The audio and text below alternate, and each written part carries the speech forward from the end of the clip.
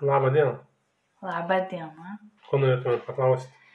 Ar man reikia internetinės svetainės, ar užtenka Facebooko? Internetinė svetainė yra tarsi jūsų namas.